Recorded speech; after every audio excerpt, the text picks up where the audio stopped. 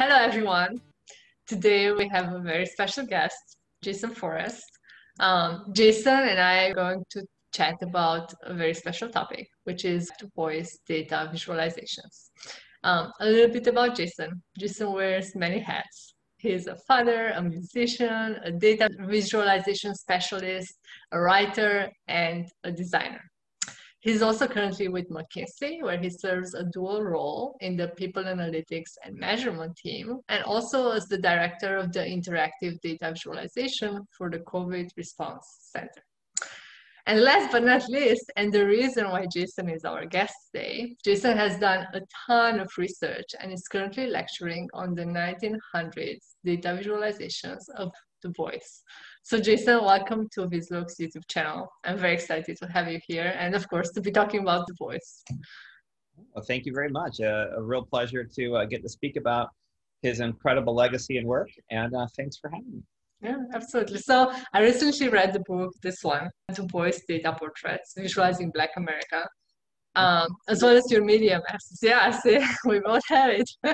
And I must say, and I'm still very impressed with Du Bois' work. I think it's very powerful, very contemporary, and it's just mind-blowing to think that his visualizations were created over 100 years ago. So to begin with, can you share with our viewers who Du Bois was and why you think he should have a special place in the history of data visualization? Sure. So W.E.B. Du Bois was an author, editor, orator, and activist. He was born in 1868 in Massachusetts.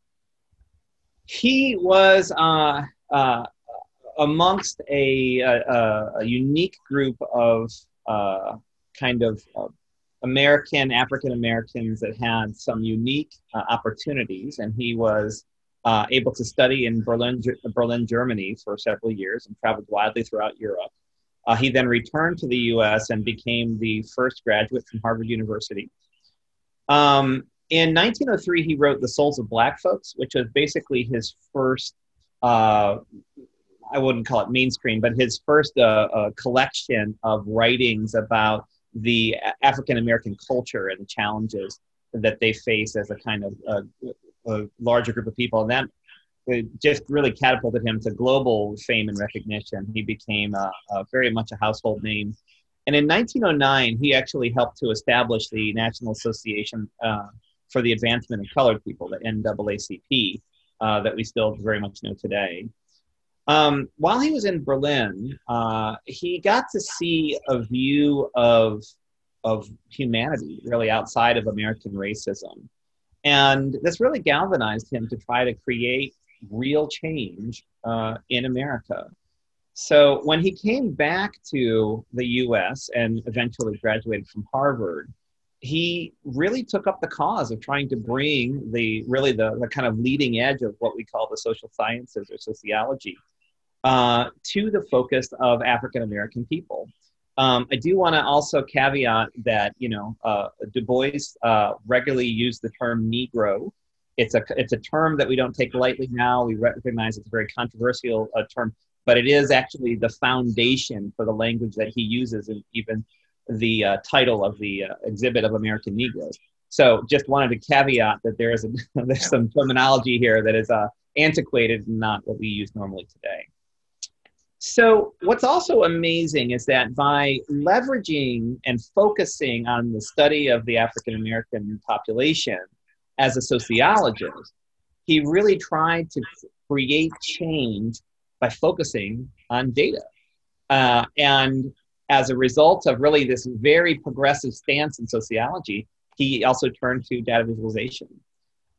He also, I think, was really amongst the first practitioners that well, I don't want to say that I know of, because there were certainly other people that were doing it, but he really took a structured approach towards creating a series of charts that explored issues via data, via kind of different levels of granularity, kind of national, state, and local. This kind of data-based argument and exploration was something that was really fundamentally unique, especially in the year 1900. Yeah. And he did this predominantly, and we can talk a little bit more about the exhibition, obviously, But he did this predominantly really to confront the presumptions and stereotypes. There are many aspects he kind of debunks left and right. And also even shows that there are times when he even shows data which doesn't necessarily have like a wild 180-degree view. But there's a lot of nuance in the data, and he always kind of structures it in a way to kind of talk through it. So it took me probably, 4 or 5 years after starting to study the field of data visualization to come across his book. I felt like it was kind of well hidden, or this book, or across his name, right, overall, in relationship to the field of data visualization. So how did you come across his name? What were the circumstances? It's an awesome question, and it's funny. So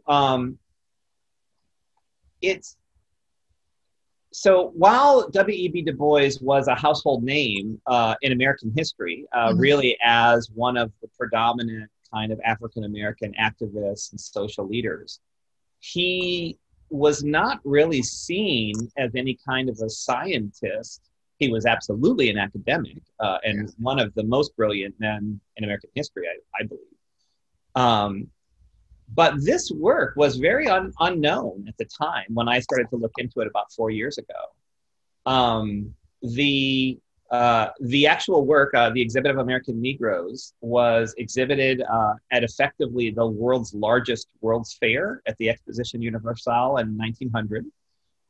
And it was a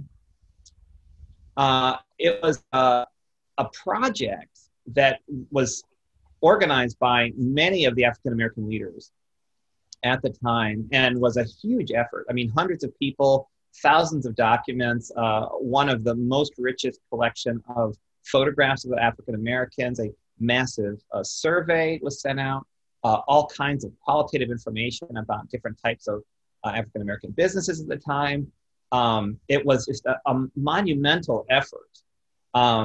It did not actually create, as a result of the systemic racism in Europe at the time, not only in America, it did not create the social change that they wanted. And so as a result, it was really bypassed in history.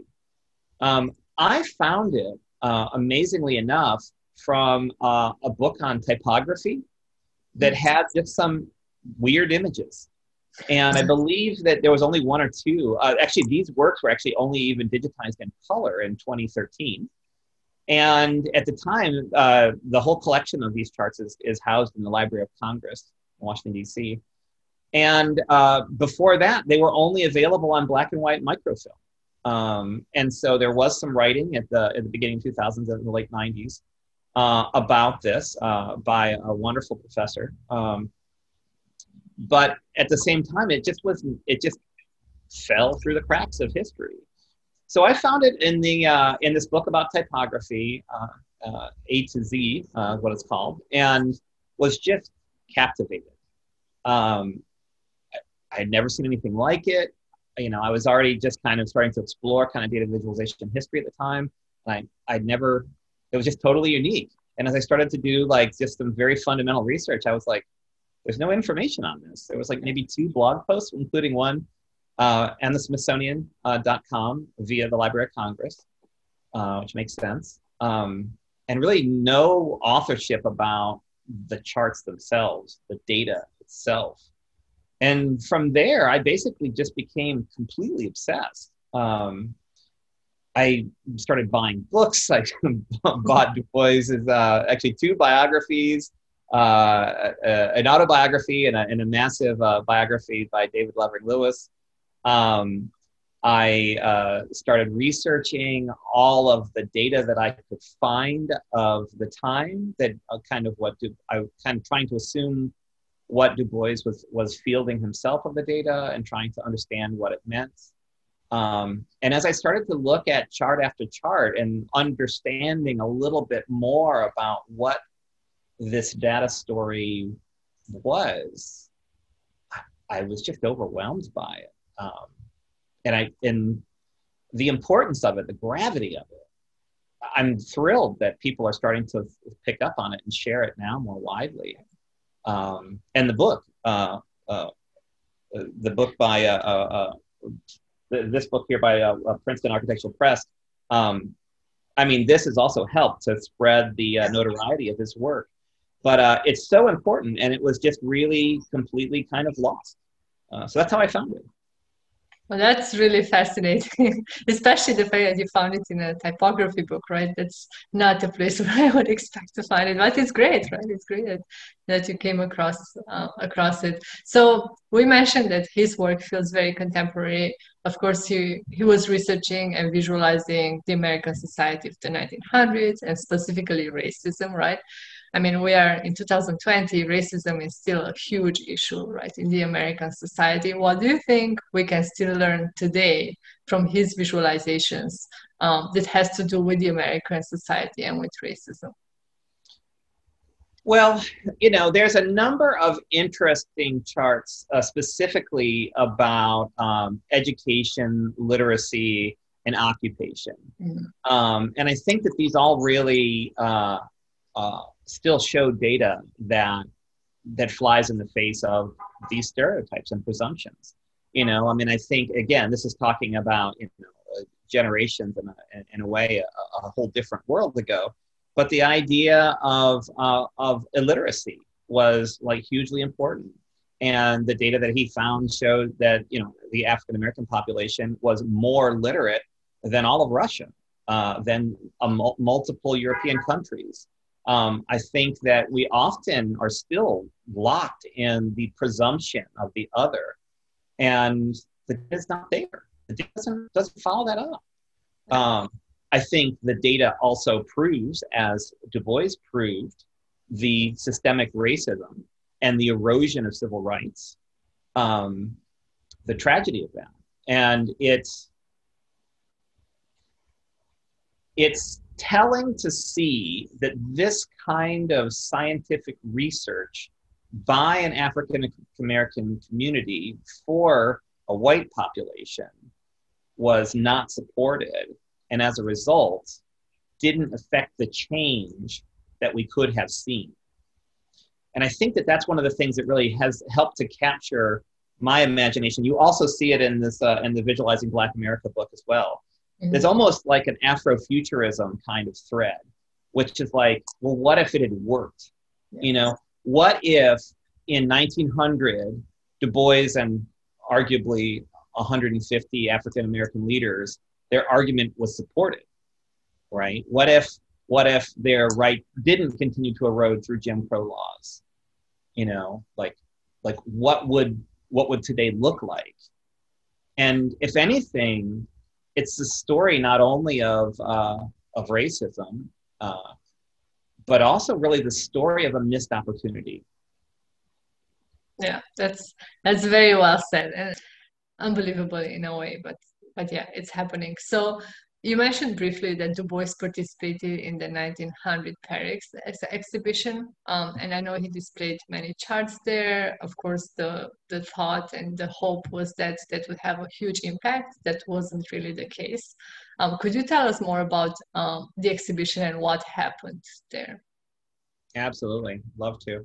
So the exhibition itself. So let's see. W.E.B. Du Bois was the curator of the exhibit, so it's called the Exhibit of American Negroes. It was amongst many different types of exhibits in this Exposition Universal of 1900 in Paris. So there was actually in the kind of Hall of Sciences. The Exhibit of American Negroes was 64 charts, about 250 photographs.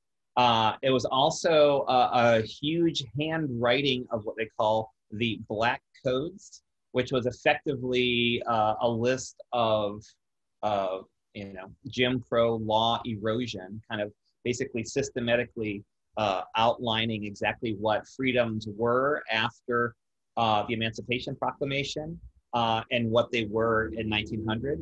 That was in 1893. As opposed to, 1863 as opposed to 1900. So even from the Emancipation Proclamation, where basically African American slaves were freed, they had more freedoms in the years that followed than what they even had in 1900.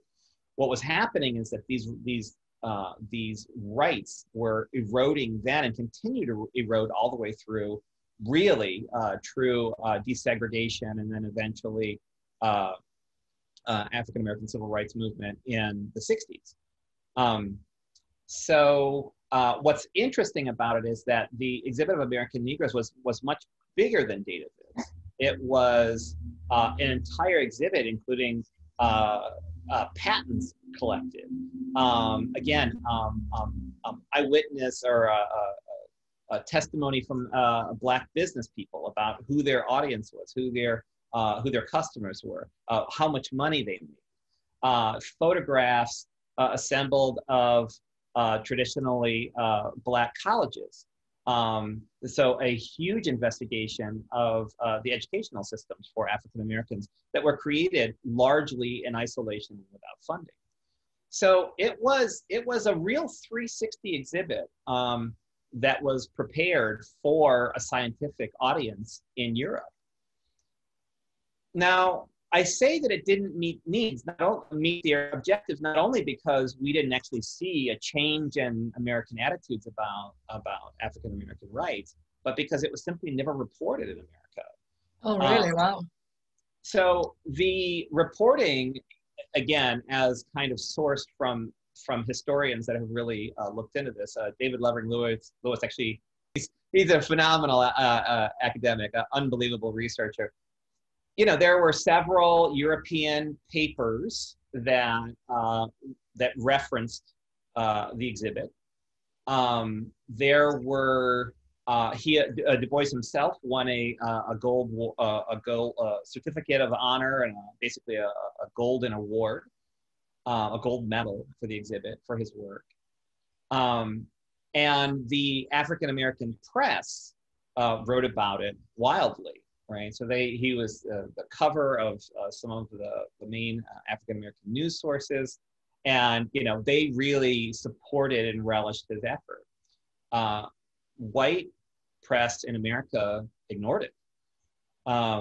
The exhibit of American Negroes was actually supported directly by the president, and even in the accounting of where the money went to support this exposition, they even kind of footnote out their accomplishment.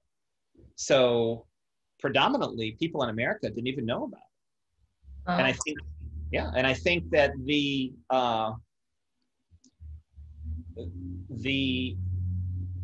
focus on mechanical innovations rather than social innovations in science at the time was also very much connected to the racial attitudes. Sociologists did not recognize people of color at the time. So, again, the systemic racism that effectively buried it.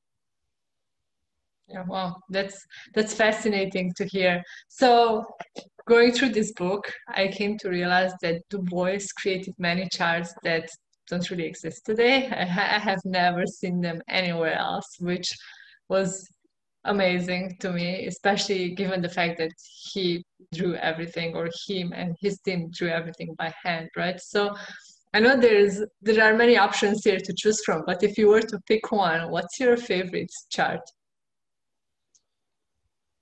Yeah, it's a great question. I have a lot of charts that I really love, and digging back into the work again, this works.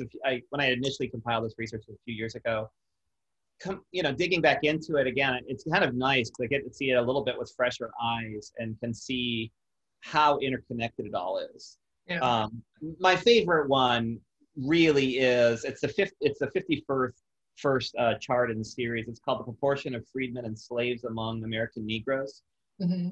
And it's in the first article. It's the kind of thumbnail for it. It's basically a large 100% area chart, which shows you the proportion mm-hmm. of freedmen at the time, so free African Americans versus slaves. And what you see in this chart is a giant, massive black area with the word slaves written in bold in both English and French, because it was presented in France, with this little tiny green sliver that kind of runs along the top, free. And then at 1863, this sharp cliff that goes down, so that by 1870, you have 100% free. And what just kills me is the approach towards telling a story with this chart technique. You could have showed this data many different ways. You could have showed it as bar charts to show, how many slaves there were, You could have showed it as a series of pie charts, or they could have even had two pie charts that showed 1860 versus 1870, But how he shows it is that the mass, the absolute overwhelming proportion of African Americans in America from 1790 to 1863 were slaves. And it's like, slaves. Get it through your heads, people. Slavery. It's it's black. Our eyes see darker colors more readily. It's black. Green is freedom. Black is slavery. And as I started to research this chart, the other thing that I love about it is it goes through and kind of for each, relative 10 years, every decade, it shows the percentage of free people, right? It doesn't show the percentage of slaves. So it only says that in 1830, you see 14% free people, right? So out of 100%. So at this point, it would have been I just show it for anyone who's curious. This is the chart that Jason is talking about. Definitely extremely impactful. Simple, but very, very impactful.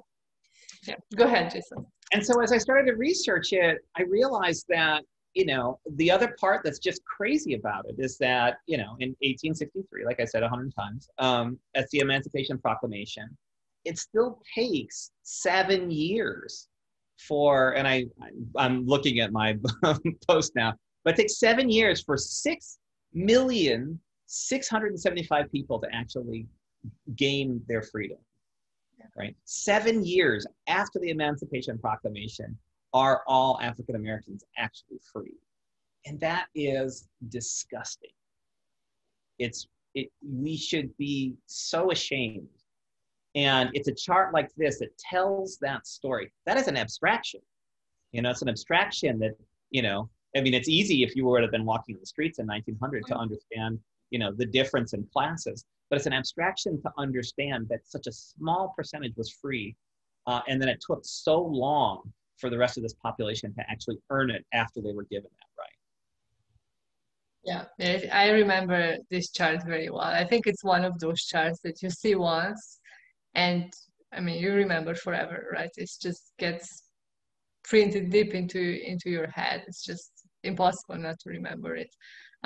So Du Bois was also a great storyteller, data storyteller. I think we can agree on that. What do you think we can learn today from his data storytelling skills? Data storytelling is so popular today. I think it's been growing in popularity very fast. Some of it is maybe a bit of a hype, but definitely Du Bois was a great storyteller. So what can we learn from him and still apply today? So there's a number of lessons. I think the most readily actionable that we have that we can absolutely build from is his concept of structure, right? So think about it. How do you tell any story, right? You're going to start big and then you're going to end small, right? So he actually broke down his charts into 3 levels. International comparison of large data sets, literacy, education, occupation, land ownership, internationally. He then broke it down nationally, predominantly against African Americans in the white population. And then there's an additional study just about Georgia, the state of Georgia, and you get a local level.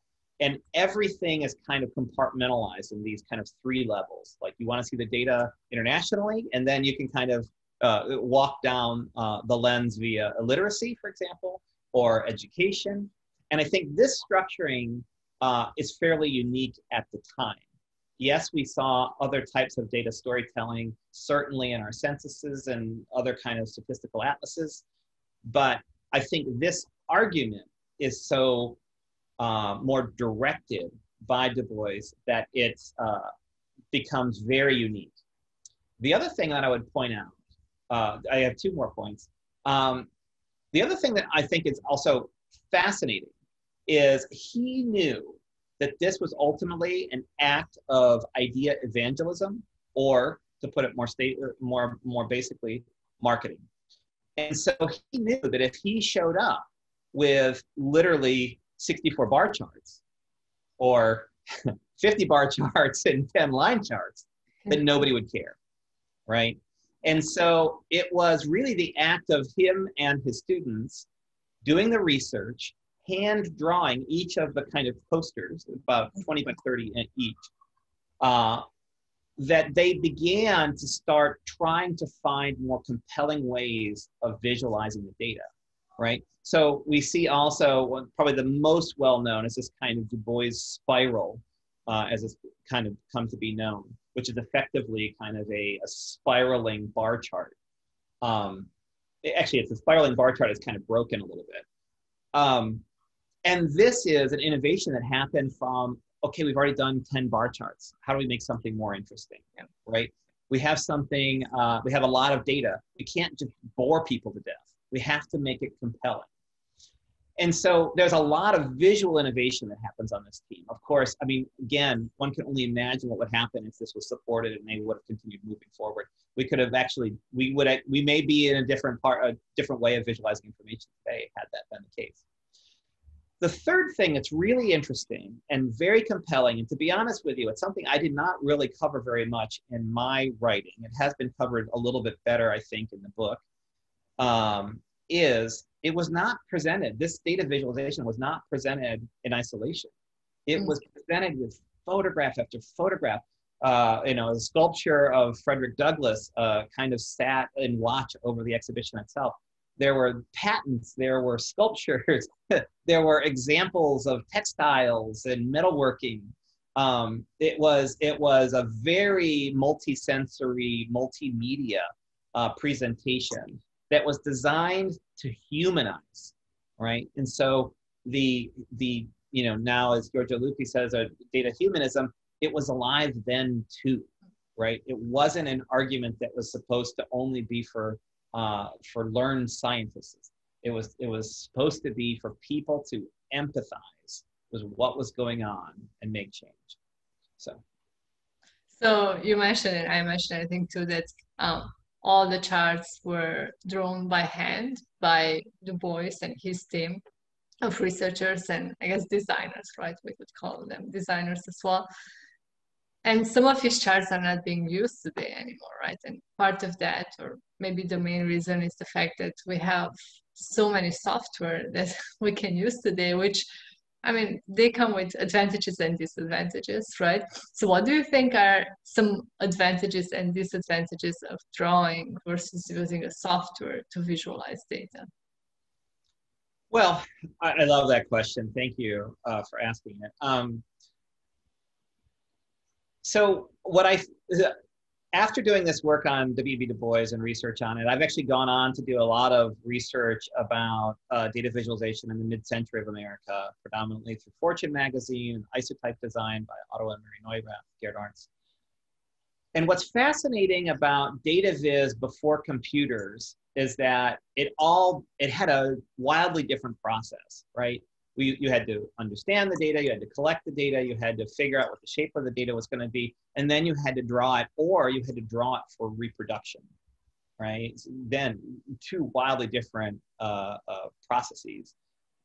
Today our tools are formatted to kind of speed the workflow, right? And in the act of doing that, they standardize things, and that act of standardization, which allows incredible tools to do incredible work in a fraction of the time, it also standardizes and normalizes against some of the creativity, right? What you saw when you had to hand draw these charts is, for example, there are some charts that are kind of like these amorphous area charts, where they had done so many bar charts. And they're like, well, how do we just show these different percentages of in this case, occupations businesses owned by African Americans. So they were able to experiment that. And by putting everything on the hand, right? Of course, again, it makes standardizing and making all the fonts correct and all the languages legible and all the colors consistent very difficult. But it opened up and allowed for a different way of actually drawing it all out. And we have lost that to a degree in our digital tools. And my last point, and I think it's not insubstantial, is that I think a lot of the innovators in data viz in the last few years, in many ways, have returned to that. Michelle Royale with her kind of photographs of objects that have been kind of hand drawn. Georgia Lupi, certainly mostly hand drawn. Mona Chalabi, again, very hand drawn, very illustrative. So all women, by the way. And I think that that's really helps people connect with, and it underscores the value of the work. It doesn't cheapen it. It shows that, like, humans matter, people matter. This data derives from people, so you need to know it.